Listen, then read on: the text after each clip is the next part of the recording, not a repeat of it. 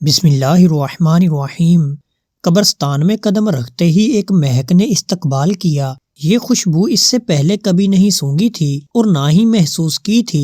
میں ہر جمعہ کو صبح فجر کی نماز کے بعد اپنے والد صاحب کی قبر پر جاتا دعا مانگنے کے لیے اور وہاں سے ہی اپنے آفس چلا جاتا۔ ایک عرصہ ہو گیا تھا مگر آج میں نے قبرستان میں ایک نئی خوشبو محسوس کی جو مجھے بے چین کر رہی تھی۔ یہ خوشبو کسی طرح سے بھی دنیاوی خوشبو نہیں لگ رہی تھی۔ بہرحال میں والد صاحب کی قبر پر پہنچا تو ان سے چند فاصلے پر ہی ایک نئی قبر بنی تھی۔ تازہ پھول اور چادر سے اندازہ لگانا مشکل نہیں تھا کہ 2 یا 3 دن پہلے ہی یہ قبر بنی ہے۔ والد صاحب کی قبر سے فارغ ہو کر جاتے ہوئے اس قبر پر دعا مانگنے کے لیے رک گیا۔ دعا کے دوران محسوس کیا خوشبو اس قبر سے ہی آ رہی ہے۔ کنفرم کرنے کے لیے قبر کی مٹی مٹھی میں بھری تو ایک دم ٹھٹک گیا۔ قبر کی مٹی ٹھنڈی تھی جیسے نم ہو، جبکہ مٹی بالکل خشک تھی اور کمال حد تک ٹھنڈی تھی۔ بہرحال مٹی کو وہیں قبر پر پھینک دیا اور ہاتھ جھاڑنے کے بعد چل پڑا۔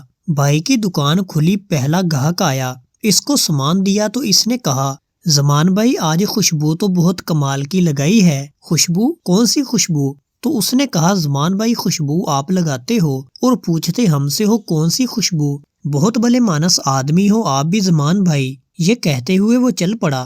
میں نے جب اپنے ہاتھوں کو سونگا تو وہی خوشبو میرے ہاتھ سے آ رہی تھی۔ تمام دن میں اس خوشبو کو محسوس کرتا رہا۔ ہاتھ دھونے کے باوجود بھی میرا ہاتھ معطر رہا۔ اگلے دن ہفتے کو بھی میں نہ چاہتے ہوئے قبرستان چلا گیا۔ والد صاحب کی قبر پر دعا کرنے کے بعد اس قبر پر دعا کی۔ کس کی قبر ہے یہ؟ کون ہے جو اس قدر نیک ہے، جس کی قبر ٹھنڈی اور خوشبودار ہے؟ ایسا کون سا عمل کر دیا کہ اتنا بڑا انعام پا لیا؟ اس بات نے مجھے بے چین سا کر دیا۔ گورگن سے اس قبر کے متعلق پوچھا تو اس نے بتایا کہ خاتون کی قبر ہے۔ یہ جان کر اور بھی حیرت ہوئی کہ عورت کو اس قدر شاندار مقام کیسے ملا۔ اگلے دن اتوار تھا۔ دیر تک سونے کی عادت ہونے کے باوجود صبح فجر کی نماز کے وقت اٹھ کھڑا ہوا اور قبرستان روانہ ہو گیا۔ قبرستان میں داخل ہوا تو دیکھتا ہوں اسی خاتون کی قبر پر ایک باریش آدمی دعا کر رہا ہے۔ میں والد صاحب کی قبر پر دعا کرنے لگا۔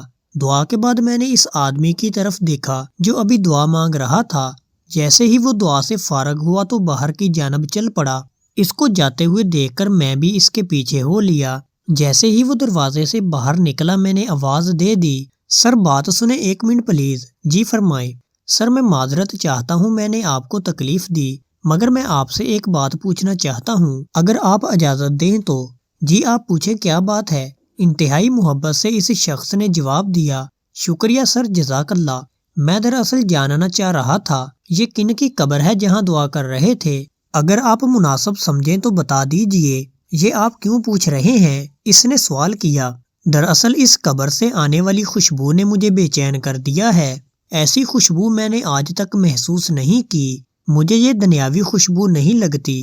میں جاننا چاہ رہا تھا کہ صاحب قبر نے ایسا کون سا عمل کیا کہ یہ مقام ملا کہ قبر ٹھنڈی اور خوشبودار ہو گئی۔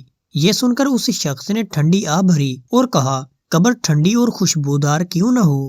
اس نے اللہ تعالیٰ کو راضی ہی ایسے کیا ہے۔ جی میں یہی جاننا چاہ رہا تھا کہ ایسا کون سا عمل ہے جس سے یہ سعادت نصیب ہوئی؟ تو اس نے بتایا کہ یہ میری زوجہ کی قبر ہے۔ 30 سال ہماری رفاقت رہی۔ میں 4 بہنوں کا اکلوتا بھائی ہوں۔ میری بہنوں اور ماں کو میرا چہرہ دیکھنے کا بے حد شوق تھا۔ سرکاری نوکری ملتے ہی چاند سی دلہن کی تلاش شروع کر دی گئی۔ یوں دنوں میں لڑکی کی تلاش کا کام مکمل ہوا۔ شادی ہوئی اور ماں بہنوں نے اپنے ارمان دل کھول کر پورے کیے۔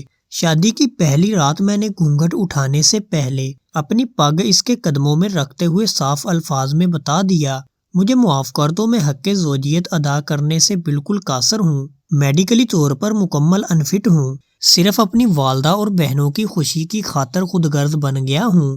اس نے وہ پگ میرے سر پر رکھتے ہوئے کہا، آپ جیسے بھی ہیں میرا سہاگ ہیں، میرا نصیب ہیں، مجھے اب آپ کے ساتھ ہی رہنا ہے۔ اس دن کے بعد اس اللہ کی بندی نے میرے ساتھ 30 سال گزارے۔ میرے گھر والوں کی ہر بات برداشت کی، بانجھ ہونے کے تانے بھی سنے، مگر میرا پردہ رکھا۔ اللہ تعالیٰ کیسے اس کی قبر کو ٹھنڈا اور خوشبودار نہ کرے جس نے اتنی پاک باز زندگی گزاری ہو۔ اس شخص کی تمام بات سن کر اس خاتون پر رشک آنے لگا۔ جس نے دنیا میں صبر کیا اور اعلیٰ مقام حاصل کیا۔ آج کل کے دور میں کچھ بھی حاصل کرنا کیا مشکل ہے۔